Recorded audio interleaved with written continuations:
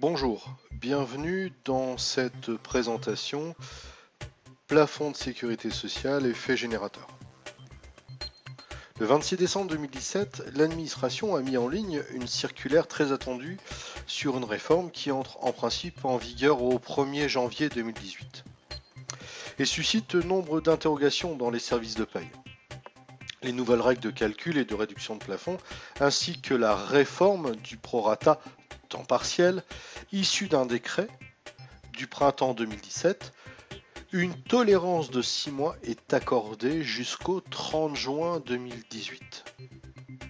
Nous allons ici, au travers de cette présentation, présenter les différents aspects de cette réforme. Au programme, je vous propose la présentation de la circulaire du 19 décembre 2017, les principes généraux de cette circulaire, la mise en place dans EIG-GRH et une présentation des questions et des réponses présentées par nos services.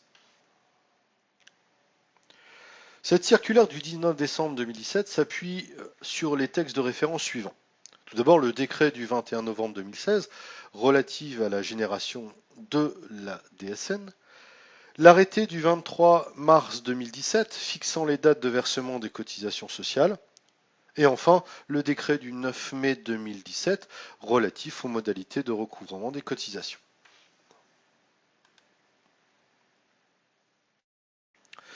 La circulaire du 19 décembre 2017, téléchargeable à l'adresse suivante. Le texte et les annexes qui s'y trouvent, au total 15 pages, ont pour but de vous présenter cette circulaire, mais également de répondre à 21 questions-réponses présentées dans ce document. Le nouveau calcul de la proratisation des plafonds est effectif à compter du 1er janvier 2018, avec une tolérance de mise en place de 6 mois, soit une circulaire applicable au 1er juillet 2018.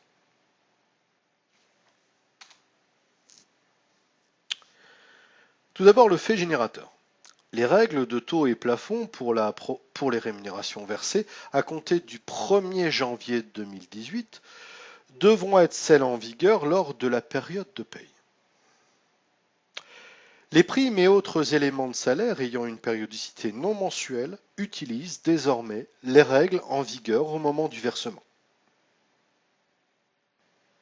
Dans le cas d'éléments versés après la sortie du salarié, les règles appliquées sont celles de la dernière période d'emploi. Néanmoins, cette circulaire pose d'autres questions.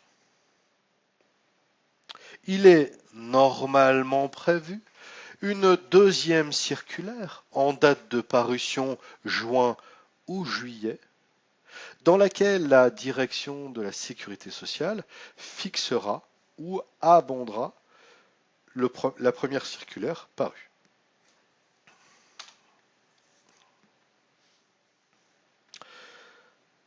À compter du 1er janvier 2018, l'applicatif de GRH va désormais enregistrer automatiquement les taux utilisés pour chaque période de paye. Cet enregistrement s'effectue lors de l'ouverture de la période de paye. De ce fait, lors de la régularisation d'un bulletin clos, les taux et plafonds de la période sont ceux présents au moment de la clôture du bulletin. Un exemple. La clôture d'un contrat devient effective en décembre 2019 à compter du 20 décembre de cette même année. La régularisation du bulletin est effectuée en janvier 2020. Les taux et plafonds présents sur ce bulletin seront ceux du mois de décembre 2019. Attention, ce dispositif est applicable à compter uniquement du mois de janvier 2018. Il est fortement recommandé de ne pas faire la mise à jour des taux avant la clôture de paye. Si la clôture du contrat est effectuée dès l'ouverture de janvier, les taux seront ceux de la période de clôture de contrat en cours, à savoir janvier.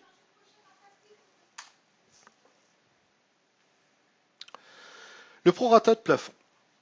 Le prorata de plafond est désormais établi au prorata temporis en fonction du nombre de jours de contrat calendaire.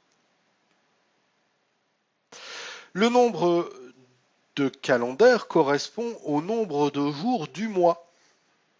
On fixera ainsi et désormais les plafonds pour les mois de février à 28 ou 29 jours selon la présence de l'année bissextile, ou à 30 ou 31 jours en fonction des autres mois. Le nombre de jours de la période est ajusté en fonction de l'entrée et sortie du personnel. Il n'y a plus de plafond horaire, de plafond à la semaine. Il n'y a plus que le plafond mensuel qui reste en vigueur désormais. Pour les salariés mensualisés, il conviendra d'appliquer le plafond mensuel classique. Pour les salariés non mensualisés, la rémunération à la pièce, le travail à temps partiel, les entrées et sorties du personnel, il conviendra de mettre en œuvre un plafond réduit au prorata temporis dans les situations suivantes évoquées dans la circulaire. Un exemple. Ici présent, l'entrée et sortie d'un salarié à temps plein. Le salarié effectue un temps plein, il est entré le 15 janvier 2018 et sortira le 22 février 2018. La présentation ici est comparaison entre la règle du 30e et cette nouvelle règle calendaire vous est présentée.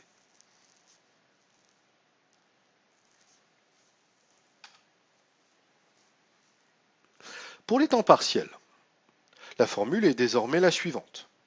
C'est le plafond mensuel qui sera multiplié par la durée contractuelle du salarié en incluant ses heures complémentaires sur la durée légale du travail, soit 151h67. Dans tous les cas, la limite est fixée au plafond mensuel. En cas d'entrée et sortie, on proratise la formule précédente par le rapport du nombre de jours de la période sur le nombre de jours calendaires. Un exemple. Voici un salarié à temps partiel qui est entré le 10 février à 80%. La durée du légal du travail est fixée à 151h167. Ce salarié effectue 4 heures complémentaires. Voici ici la règle de présentation de son plafond. Si ce salarié n'avait pas effectué d'heures complémentaires et était rentré le premier du mois, son plafond aurait été réduit simplement à hauteur de 80%.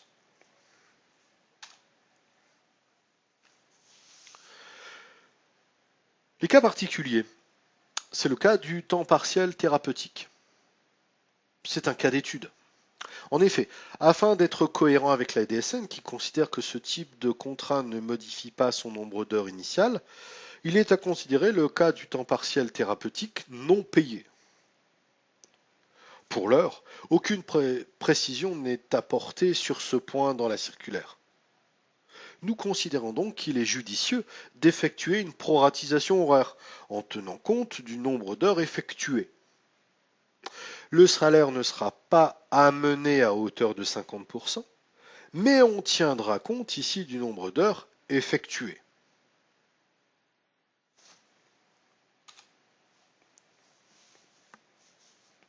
En ce qui concerne les mois incomplets, on tiendra compte également là du prorata temporis en fonction du nombre de jours d'absence non rémunérés. Le prorata de plafond se calcule obligatoirement et uniquement en jours complets. Le prorata de plafond se calcule obligatoirement et uniquement en jours. Si la période d'absence contient un ou plusieurs jours de repos, ils sont comptés dans la période d'absence. En revanche, ils ne sont pas comptés si l'absence se termine juste avant. De ce fait, vous voyez ici les exemples ainsi présentés. Toute absence non rémunérée au cours d'un mois, quelle qu'en soit la cause, donne lieu à réduction du plafond de sécurité sociale. Le salarié à temps plein, absent du 5 février après-midi au 7 février inclus, aura un plafond ajusté de 2 jours d'absence. On ne tient pas compte ici de l'après-midi du 5 février. Un salarié à 80%, absent du 6 février au 7 février, dont l'employeur maintient le premier jour. Le plafond est ajusté d'1 jour d'absence au regard du temps de travail du salarié. Un salarié temps plein, absent du vendredi au 12 février inclus. Le plafond est ajusté ici de 4 jours. Si le salarié avait été absent le vendredi, voire uniquement le lundi, le plafond aurait été corrigé d'une seule journée.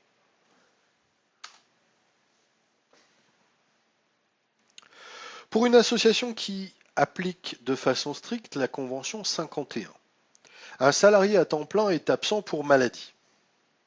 Le plafond est ajusté des 3 jours de carence qui sont considérés comme une absence non rémunérée. Attention aux accords internes qui ont été pris dans vos structures. Ce qui fait que pour le mois de mars, le plafond est ajusté de 28/31e.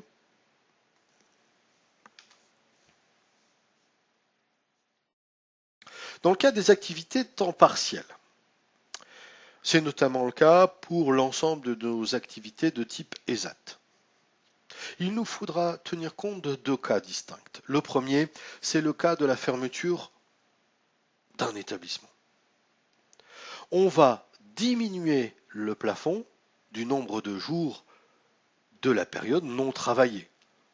Ainsi, un établissement qui est fermé du 1er février au 15 mars, le plafond du mois de février sera neutralisé, égal à 0, et le plafond du mois de mars sera rapporté au nombre de jours d'absence de la période. Le deuxième cas considère la réduction ou baisse d'activité. On va ainsi proratiser le temps de travail sur les 2 périodes proposées. Le plafond du mois de février sera ajusté à hauteur de 50%, et le plafond du mois de mars au prorata temporis subira le même sort.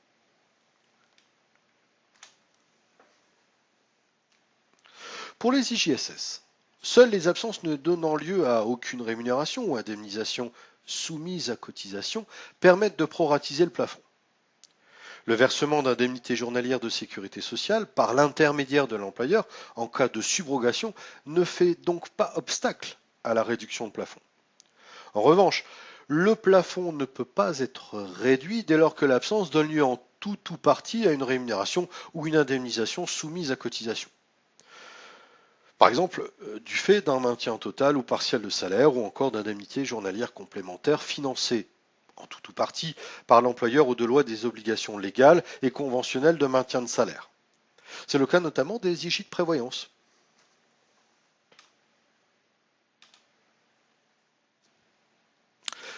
Ici présenté l'exemple d'un salarié temps plein qui est absent pour maladie du 6 au 13 février, soit 8 jours de carence.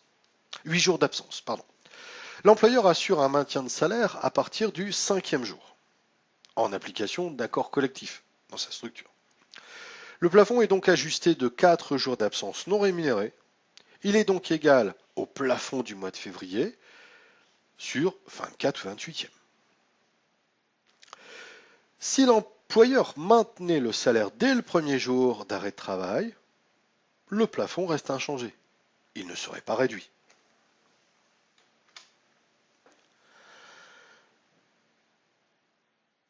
Ici, nous allons évoquer le cas des entreprises qui déclarent des événements le mois suivant. Ils vont continuer à imputer ces événements sur le mois où ils sont décomptés. Ainsi, le plafond du mois sera calculé en prenant en compte les éléments intervenus le mois précédent, heures complémentaires ou absences non rémunérées, mais comptabilisées sur le mois M. C'est le cas d'un salarié à temps plein qui est absent pour maladie du 6 au 7 février, soit 2 jours d'absence. L'employeur déclare les événements le mois suivant. Le plafond est donc ajusté de 2 jours d'absence sur le mois de mars. Il est donc égal au plafond du mois de mars sur 29/31.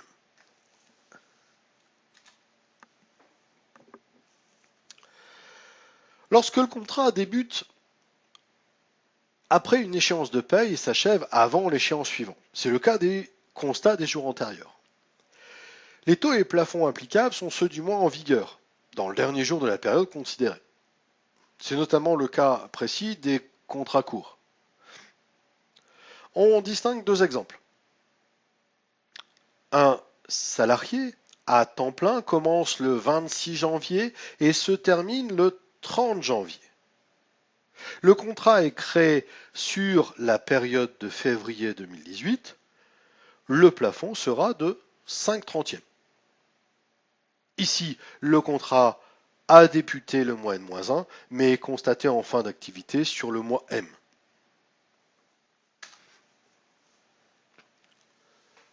Autre cas. C'est le cas d'un salarié à temps plein qui commence le 26 janvier. Le contrat, lui, est donc créé sur la période de février suivante. Le plafond appliqué sera alors celui du mois de février. On ne rectifiera pas le plafond du mois de janvier. D'ailleurs, le plafond ne peut être supérieur à celui de la sécurité sociale sur le mois en cours. Ce principe risque d'être en confusion avec les temps partiels qui ont des heures complémentaires.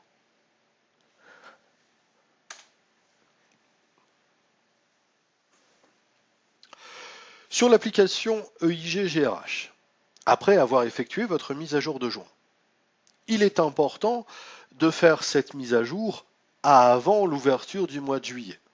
En effet, en ouvrant le mois de juillet, vous allez automatiquement basculer votre gestionnaire de rubriques et inclure automatiquement les rubriques de paye qui seront créées et qui vous permettront automatiquement de calculer les plafonds. Attention, bien que la proratisation de plafond est effective au 1er janvier 2018, il y a une tolérance d'application de 6 mois, soit applicable au 1er juillet. Il n'y a pas de régularisation à effectuer sur la période de tolérance. Ce qui a été saisi reste saisi et ne donne pas lieu à de la rectification.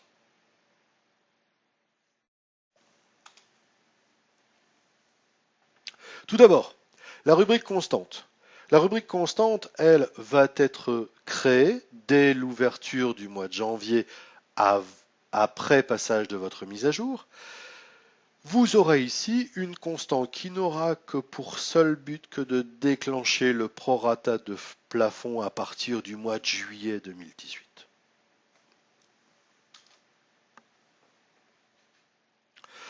Pour le calcul de la tranche A, désormais vous avez une rubrique qui sera créée, qui est le plafond tranche A, qui intègre 2 nouvelles composantes. En effet, nous allons intégrer le plafond du mois en cours et le calcul du prorata du mois.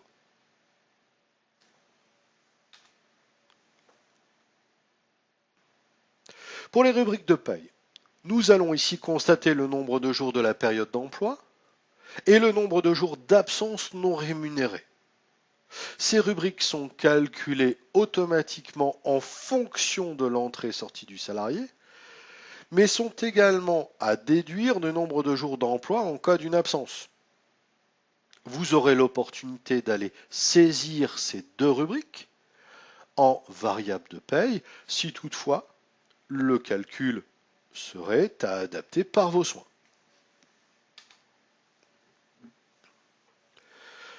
Nous retrouverons également dans le gestionnaire de rubrique la prise en compte des heures complémentaires pour les temps partiels. Cette rubrique tient compte de l'horaire contractuel du salarié, auquel on viendra ajouter les heures complémentaires, et enfin on viendra retrancher le temps partiel thérapeutique non payé. Cette rubrique reste possible en saisie de paye.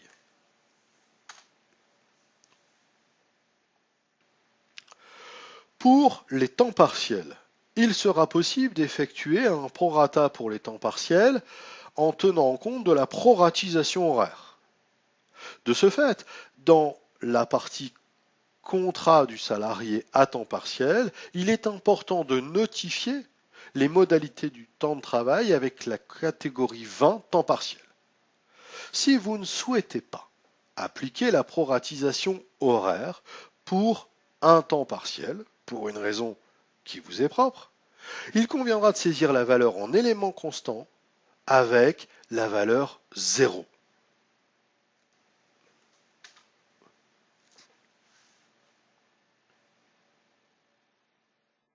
Nous avons également agrémenté le gestionnaire de rubrique avec la présentation du plafond mensuel du mois.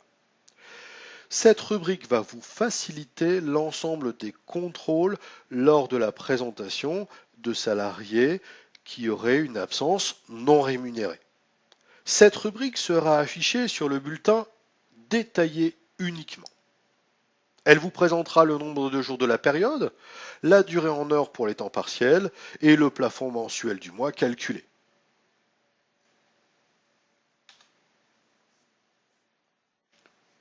La saisie des absences se trouve également modifiée.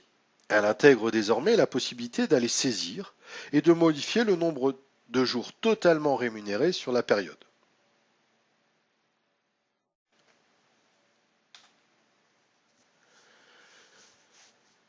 L'accès et le calcul de ce nombre dépend du type d'absence. On constate en date d'aujourd'hui 4 cas possibles. L'absence qui est valorisée, c'est le cas d'un congé annuel. Le calcul n'est pas établi et ni saisissable.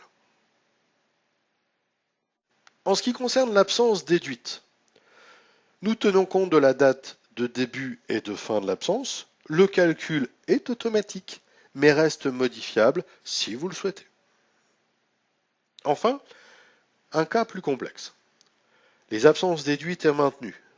On considère que dans ce type d'absence, est-ce qu'il y a eu mise en place du maintien de salaire, auquel cas le nombre calculé dépend du nombre de jours de maintien, ou à l'inverse, il n'y a pas eu de mise en place d'un maintien de salaire, et auquel cas ce nombre n'est pas calculé ni saisissable, exception faite du nombre de jours d'absence pour les carences.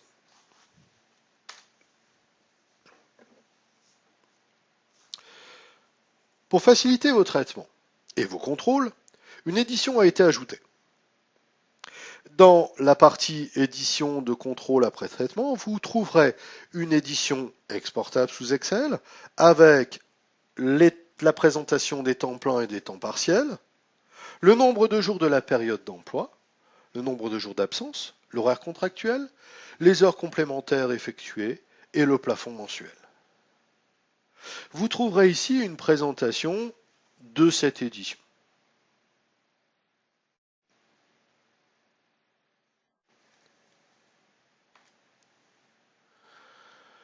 Nos conseils. Procédez dès aujourd'hui au téléchargement de la circulaire sur l'adresse indiquée. Étudiez en long, en large et en travers les différents points qui sont apportés. Ils vont, pendant quelque temps, faire partie de votre quotidien, de votre saisie de paye, et sera votre référentiel pour des cas particuliers. Effectuez la mise à jour des réceptions. La mise à jour est disponible dès aujourd'hui. À compter du 10 juin, vous pourrez obtenir cette mise à jour par le canal courrier ou voire par mail sur simple demande dans les jours prochains. Je vous invite également à lire la mise à jour papier qui est ajoutée. Elle contient non seulement des cas précis, mais également des exemples qui ont été retracés ici dans cette présentation et viendra ajouter d'autres choses à ce dispositif de circulaire du 19 décembre 2017. Après la mise à jour, vérifiez la version du gestionnaire de rubrique et revenez vers l'assistance téléphonique en cas de besoin.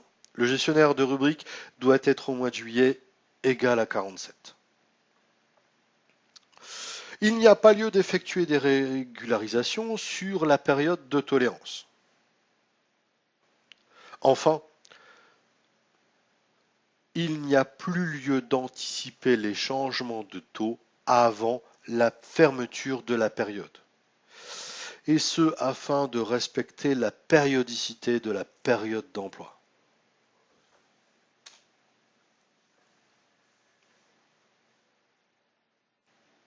Des questions et des réponses. Questions qui sont très pragmatiques au regard de vos pratiques. Ici, la mise à jour de juin 2018 met en place le principe de la proratisation des plafonds applicable au 1er juillet 2018. Conformément au décret, nous avons veillé à traiter l'ensemble des points, mais il semble que des questions restent encore en suspens.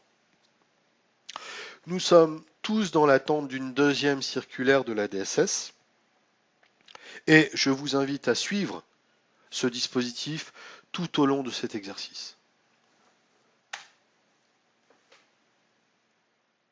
Que faire lorsque le nombre de jours d'absence est supérieur au nombre de jours du mois? Dans tous les cas, et en l'absence de précision de la DSS, le plafond, lui, ne peut plus être négatif. Il sera à minima égal à 0.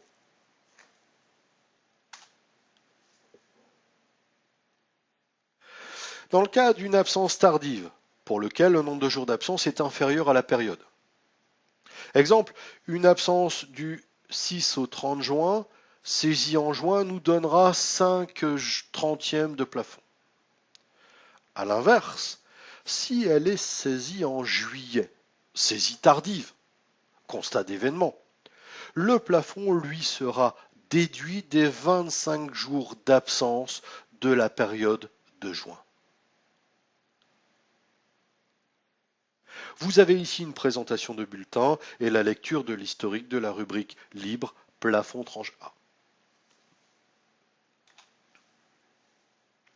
A l'inverse, l'absence est constatée de façon tardive, mais elle couvre complètement le nombre de jours d'absence, le nombre de plafonds de la période. De ce fait, une absence constatée du 28 mai au 30 juin, constatée sur le mois de juillet, nous amènera à la neutralisation complète du plafond.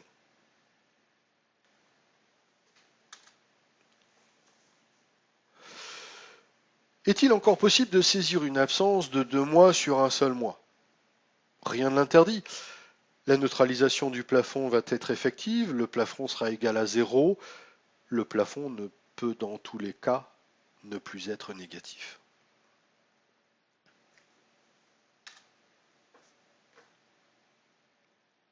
Que se passe-t-il dans le cadre d'un changement horaire? Comment va-t-on traiter les heures complémentaires saisies sur le mois d'absence? Là encore, aucune précision sur la circulaire. Mais nous avons veillé à étudier ce cas et vous le présenter ici de visu. C'est le cas d'un salarié à temps partiel ayant effectué 8 heures complémentaires en janvier. Ce salarié passe à temps plein en février. Si les heures complémentaires avaient été saisies au mois de janvier, nous aurions ici constaté le nombre d'heures complémentaires sur le plafond de janvier. A l'inverse, les heures complémentaires n'ont pas été constatées sur le mois en cours et seront prises en charge sur le mois de février. L'impact des heures complémentaires sur le plafond est annulé si les heures sont saisies en février.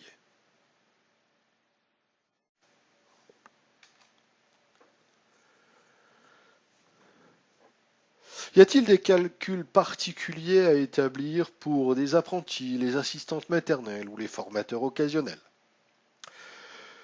Aucune précision sur cette circulaire. On va considérer que pour les apprentis, le plafond est calculé normalement. Les assistantes maternelles, elles, sont considérées comme des salariés à temps plein. Le calcul du plafond se réalise donc uniquement avec la période d'emploi. Enfin, pour les formateurs occasionnels, ils bénéficient d'une assiette forfaitaire. Ils ne sont donc pas éligibles à la proratisation de plafond. C'est d'ailleurs évoqué dans la question 2 de cette circulaire. Dans le cas où la modalité du temps de travail est égale à 20, dans le contrat, je vous le rappelle comme exposé précédemment, il sera nécessaire d'ajouter dans les constantes du salarié la rubrique portée à cet effet en indiquant 0 pour valeur.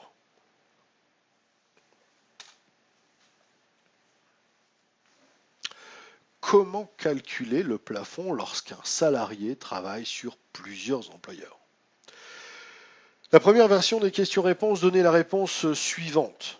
Le plafond de sécurité sociale est toujours déterminé en rapportant la rémunération perçue chez l'employeur à la totalité des rémunérations perçues.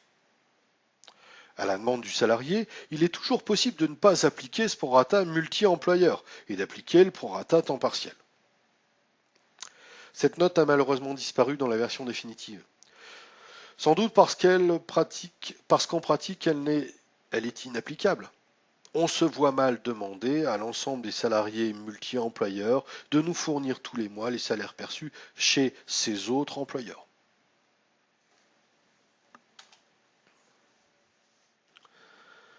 Comment saisir une absence pour un travailleur handicapé? C'est notamment le cas pour l'ensemble des salariés travaillant en atelier ESAT. La pratique se veut la suivante. On va saisir des absences diverses non payées en heures pour ce type de salariés en fonction de leur retard, d'absence du matin, d'absence du soir ou des convenances personnelles. Ces absences sont saisies plus communément en heures. Dans ce cas, le nombre de jours d'absence non rémunérés doit être égal à 0 car le salarié est présent toute la journée. Le nombre de jours non rémunérés calculé automatiquement est donc à corriger, soit de façon manuelle, soit en cochant la case à partir de l'après-midi, que l'on retrouve ici sur la date de début d'absence, et le programme enlève automatiquement un jour de plafond sur le bulletin du salarié.